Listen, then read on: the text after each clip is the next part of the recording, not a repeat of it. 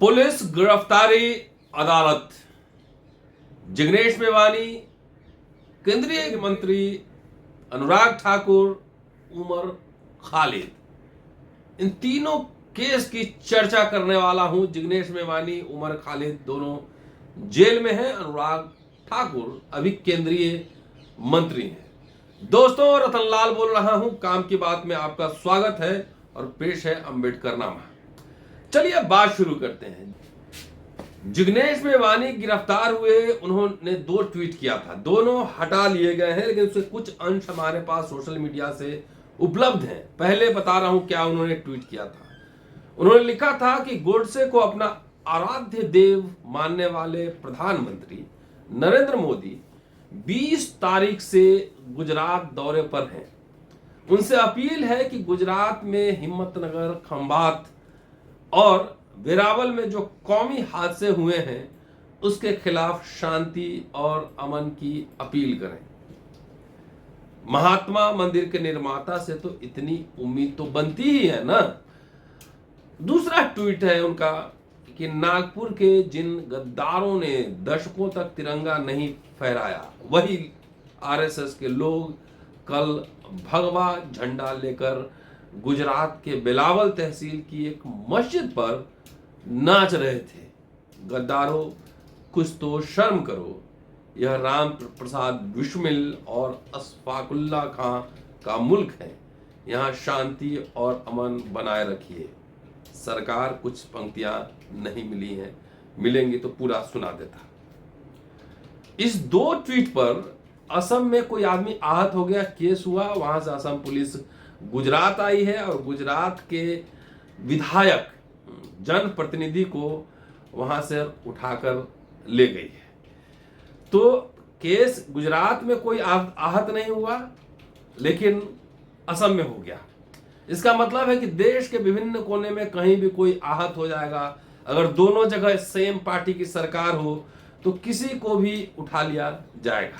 इससे पहले यह भी ध्यान रखा जाना चाहिए कि जब मनमोहन सिंह प्रधानमंत्री थे, यूपीए की सरकार थी, तो किस किस भाषा, किन किन शब्दों का बीजेपी वालों ने इस्तेमाल किया था, उस पर एक रिसर्च होना चाहिए और उनको सामने लाया जाना चाहिए। अब चलिए केंद्रीय मंत्री अनुराग ठाकुर की बात कर रहा हूं। मुस्कुराहट में कही गई कोई बात अपराध नहीं है। हेट स्पीच मामले में यह हाई कोर्ट की टिप्पणी है।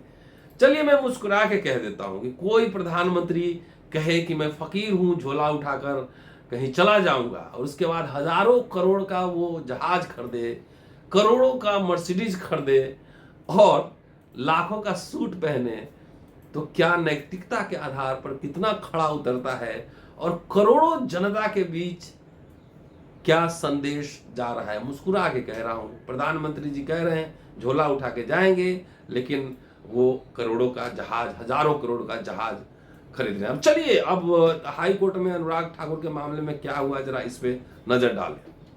दिल्ली हाई कोर्ट ने कहा है कि अगर मुस्कुराते हुए कुछ कहा जाता है तो इसमें कोई अपराध नहीं है। पीठ दिल्ली दंगों के मामले में अभद्र भाषा को लेकर दी गई याचिका पर सुनवाई कर रही थी। दिल्ली हाई कोर्ट की बेंच ने फ्राइडे को कहा था, अगर आप मुस्कान के साथ कुछ कह रहे हैं तो कोई अपराध नहीं है। जी, अगर आप कुछ आपत्तिजनक कह रहे हैं तो यह जरूर अपराध है। पीठ केंद्रीय मंत्री अनुराग ठाकुर के खिलाफ अभद्र भाषा के लिए आपराधिक मामला शुरू करने की याचिका पर सुनवाई कर रहे थे। हालांकि पीठ ने याचिका पर फैसला सुरक्षित रख लिया है। अच्छी बात है, मुस्कुरा के कहिए। मुस्कुरा के आप जो जजमेंट आते हैं उस पर भी समीक्षा होती है, उस पर भी टिप्पणी होती है, तो मुस्कुरा के करना है। और जब आप लिखिए कुछ भी तो उसमें स्माइली जरूर बना दीजिए। चलिए आगे बढ़ते हैं। सो इस केस की सुनवाई जस्टिस चंद्रधारी सिंह की एकल पीठ, सिंगल बेंच में हो रही। जस्टिस सिंह ने कहा कि राजनीतिक भाषणों पर प्राथमिकी दर्ज करने से पहले चेक एंड बैलेंस की आवश्यकता होती है। सीपीआई नेता बृंदा करात की ओर से याचिका दायर की गई है हाई कोर्ट में। उन्होंने निचली अदालत के आदेश को चुनौती दी थी। निचली अदालत ने अनुराग ठाकुर और परवेश वर्मा के खिलाफ शिकायत को खारिज कर दिया था, जो कि 2020 के पूर्वोत्तर दिल्ली दंगों से ठीक पहले दिए गए भाषणों के लिए थी। उस समय आपको याद होगा देश के गद्दारों को और क्या क्या शब्द का इस्तेमाल किया गया था और पूरे टीवी में चला था, बड़े बड़े टीवी वालों ने दिखाए थे उसको। तो वो आपको सेंटेंस पूरा सुन लीजिए, कहीं आपको मिल भी जाएगा बीप बीप आवाज के साथ। अब चलिए अब single bench Delhi high court ने क्या कहा जरा और इसको सुन लीजिए, उसके बाद चलेंगे उमर खालिद के मामले पे। इस मामले की अनुराग ठाकुर को जो मामला है चंद्रधारी सिंह जस्टिस चंद्रधारी सिंह की सिंगल बेंच में हो रही है और उन्होंने कहा कि राजनीतिक भाषण के मामलों में एफआईआर दर्ज करने से पहले खुद जांच परख कर लेनी चाहिए। उन्होंने कहा कि चुनाव के दौरान दिए गए भाषण अलग होते हैं, अगर यही भाषण किसी और वक्त दिया गया होता तो यह भड़काने के लिए होता। उन्होंने आगे कहा चुनावी भाषण में नेता एक दूसरे को तमाम तरह की बातें बोलते हैं जो कि काफी गलत है, लेकिन अगर कुछ बातें सिर्फ माहौल बनाने के लिए कही जा रही तो अलग अलग राजनीतिक पार्टियां अलग अलग बातें बोलती हैं। मुझे यह देखना होगा कि ये बातें आपराधिक मंशा से की गई हैं या नहीं। इस केस में जो वृंदा कारत का पक्ष रख रही हैं एडवोकेट अदिति पुजारी और तारा नरूला, उन्होंने अपनी दलील में कहा है कि इन भाषणों ने दिल्ली के अलग अलग हिस्सों में हो रहे सीएए के विरोध प्रदर्शनों के दौरान हिंसा को भड़काया। इसके साथ ही पुजारी और नरूला ने तर्क देते हुए कहा कि भाजपा नेता द्वारा इस्तेमाल किया गया ये लोग शब्द प्रदर्शनकारियों और एक विशेष समुदाय को निशाना बना रहा था। इस पर जज साहब ने पूछा कि इस भाषण में समुदाय विशेष को कहां निशाना बनाया गया है। इस प्रदर्शन में तो सभी लोग शामिल थे, सभी समुदाय के लोग शामिल थे।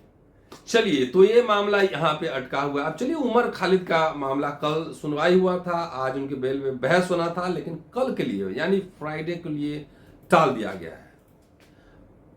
पूर्वोत्तर दिल्ली दंगों की बड़ी साजिश के मामले में छात्र डॉक्टर उमर खालिद, छात्र कार्यकर्ता उमर खालिद की जमानत याचिका पर सुनवाई करते हुए दिल्ली उच्च न्यायालय ने बुधवार को यानी कल पूछा कि क्या प्रधानमंत्री के संबंध में जुमला शब्द का इस्तेमाल करना उचित है, और कहा कि जब सरकार की आलोचना की बात होती है तब एक लाइन होनी चाहिए, एक लक्ष्मण रेखा होनी चाहिए। जी, बात सही, लेकिन ये सब सरकार के समय में होनी चाहिए। जहां गैर भाजपाई सरकार है वहां पर भाजपाई लोग किस किस तरह के शब्दों का इस्तेमाल करते हैं, इस पर भी नजर होनी चाहिए सभी सामाजिक कार्यकर्ताओं, नेताओं, जुडिशरी सबका। आगे चलिए, डबल बेंच में है यह मामला। कहा गया जज साहब की ओर से कि वो भाषण में प्रधानमंत्री के बारे में क्या कहते हैं, कुछ चंगा शब्द का प्रयोग किया गया है और उसके बाद यह जुमला भारत के प्रधानमंत्री के लिए प्रयोग किया जाता है। क्या यह उचित है? आलोचना के लिए एक रेखा खींची जानी चाहिए। न्यायमूर्ति जस्टिस सिद्धार्थ मृदुल और जस्टिस रजनीश भटनागर की खंडपीठ ने फरवरी 2020 में महाराष्ट्र के अमरावती में खालिद द्वारा दिए गए भाषण को सुनने के बाद कहा कि ये उनके चार्ज शीट का हिस्सा है। अपने भाषण में खालिद ने 2019 में अमेरिका यात्रा के दौरान प्रधानमंत्री नरेंद्र मोदी द्वारा दिए गए कुछ बयानों का उल्लेख किया था, जिसमें उन्होंने सब चंगासी, सब ठीक है वाक्यांश का इस्तेमाल किया था और उस समय आपको याद होगा कि सीए विरोधी आंदोलन चल रहा था। तो प्रधानमंत्री अमेरिका में चंगासी शब्द का इस्तेमाल किए थे, उसका रेफरेंस उमर खालिद ने अपने भाषण में दिया था। कोर्ट ने खालिद के भाषण में ऊंट पहाड़ के नीचे आ गया, इस सेंटेंस में ऊंट के रूप किसके लिए इस्तेमाल हुआ है, इस पर भी एक क्वेश्चन मार्क उठाया गया है। इनकलाबी यानी क्रांतिकारी और क्रांतिकारी जैसे अभिव्यक्तियों के लिए, एक्सप्रेशन के लिए स्पष्टीकरण, क्लैरिफिकेशन मांगा गया है। खालिद ने अपने भाषण की शुरुआत में इनकलाबी सलाम और क्रांतिकारी इस्तिकबाल का उल्लेख किया था। कोर्ट का कहना है कि हमें इसे टोटलिटी में देखना होगा कि जब वह इनकलाबी और क्रांतिकारी शब्दों का प्रयोग करता है तो उसका क्या अर्थ होता है। आप कह रहे हैं, उनके वकील को कहा गया, यह भाषण किसी को उकसाया नहीं, कैमरा दर्शकों पे पैनी नजर रखता है और कोई भी उत्तेजित नहीं हुआ। मुद्दा यह है कि वह इसे इनकलाबी और क्रांतिकारी रूप में संदर्भित क्यों करते हैं। अदालत ने खालिद के वकील से पूछा उनसे ये सवाल। खालिद का जो प्रतिनिधित्व कर रहे हैं वरिष्ठ अधिवक्ता त्रिदीप पेस ने कहा कि वह सीए विरोधी प्रदर्शनकारियों से शाह की, अमित शाह होम मिनिस्टर की बातचीत की पेशकश कर रहे थे, जबकि सरकार ऐसा करने के लिए तैयार नहीं थी। खालिद ने शाह के बयान को जुमला बताया था। भाषण सीए विरोधी था और सरकार और उसकी मौजूदा नीतियों के खिलाफ था, लेकिन हिंसा का कोई आह्वान नहीं था। ये उमर खालिद के वकील पेस ने कहा है।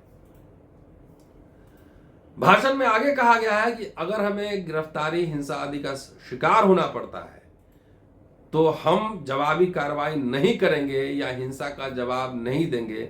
हम गिरफ्तार होने के लिए तैयार हैं। हम ऐसे व्यक्ति हैं जो डंडे से डंडे का प्रतिकार नहीं करेंगे। पेस ने अदालत से कहा कि सब चंगासी जैसे भाव व्यंगपूर्ण प्रकृति के थे, कटाक्ष था। पीएम पर खालिद की टिप्पणियों के संबंध में पेस ने अदालत से कहा कि सरकार की आलोचना करना अवैध नहीं है।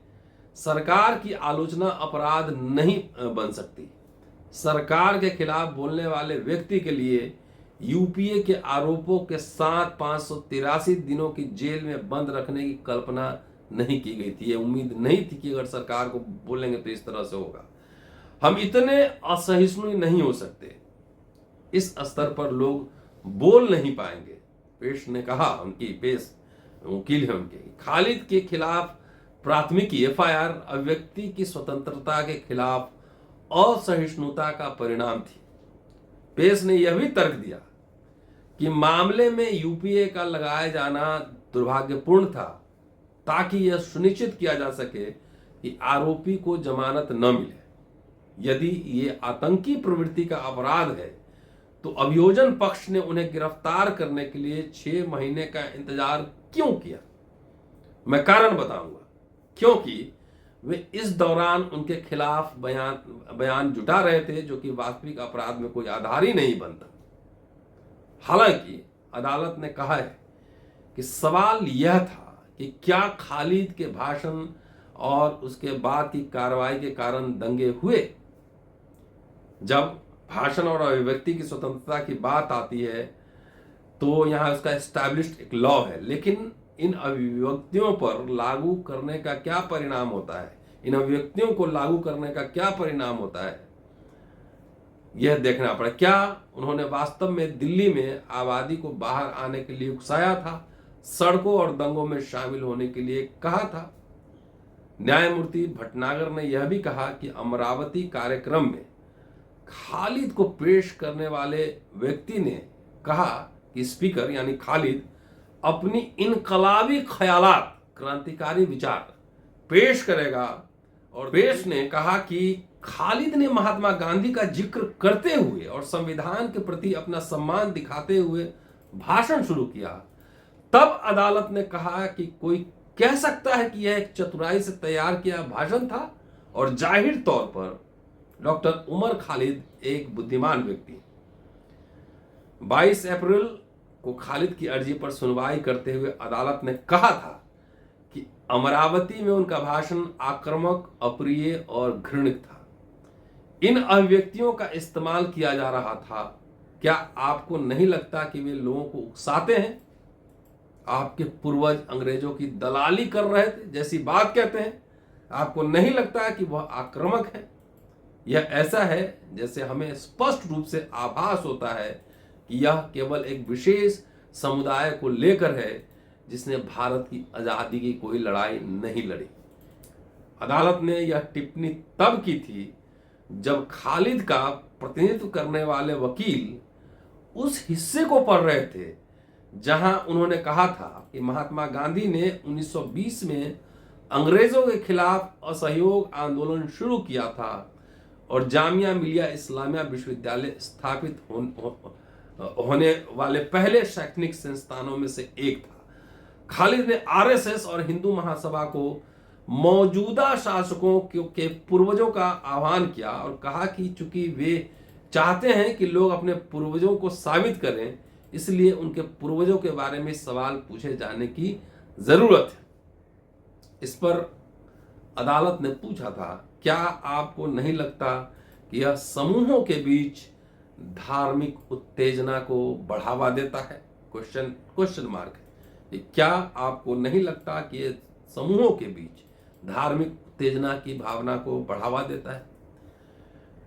पेश ने बुधवार को अदालत को बताया कि दिसंबर 2019 में जामिया मिलिया इस्लामिया विश्वविद्यालय के छात्रों के खिलाफ गंभीर हिंसा हुई थी और उसी संदर्भ में भाषण दिया गया था।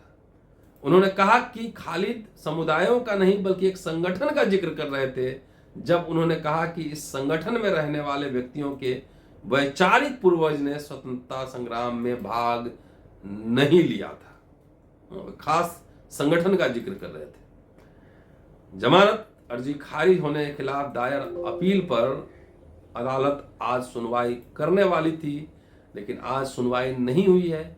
कल सुनवाई होगी। पूरा वीडियो आप देखते रहिएगा, शेयर और सब्सक्राइब करते रहिएगा। शुक्रिया।